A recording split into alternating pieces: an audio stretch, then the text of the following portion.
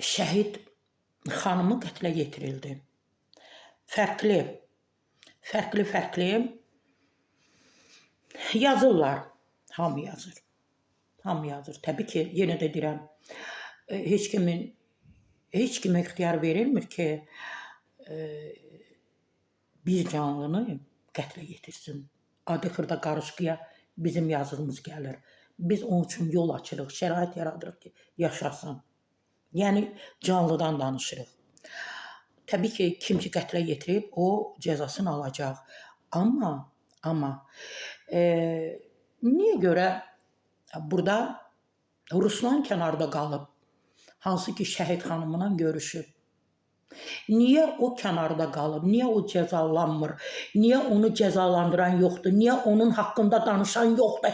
Niyə ona deyən yoxdur ki, ay qeyrətsiz, ay vicdansız?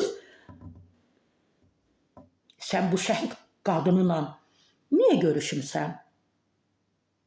Deyir, o mənə hədəliyirdi, o mənə qorxudurdu, o məni nələrsə edirdi. Sən qorxansan? Sən qorxan olsaydın, şəhidin xanımla görüşməzdin və məsələni bu qədər qlobal etməzdin, böyütməzdin. Nə qədər günahlar varsa səndədir. Elə mən deyirəm, bir şəhid xanımının qətlə yetirilməsində əsas günahkar qarşı tərəf, yəni onunla görüşən Ruslandır. Mən xahiş edirəm, o kənarda qalmamalıdır. Sən şəhidin evinə gedirsən, sən şəhidin şəklinin yanından keçirsən, fotosunun, sən onun nə bilim çəkməsinin yanından keçirsən, sən onun gedirsən, deyirsən ki, məni məcbur etdi. Qadın səni necə məcbur etdi? Hə? Ona görə ən ağır cəza hansı ki, qaynatası tərəfindən qətlə yetirilən o şəhid xanım var, adını çəkmirəm. Onunla görüşən var, Ruslan.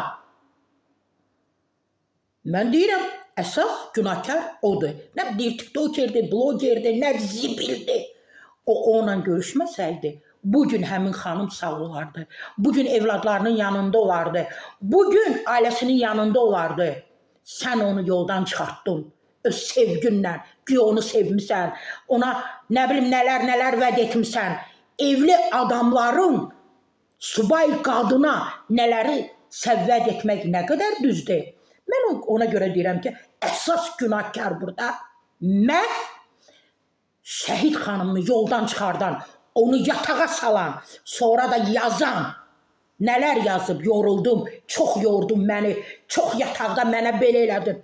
Püs sənin üzvə, eyib olsun sənə. Ona görə də əsas günahkar onunla görüşən kişidir.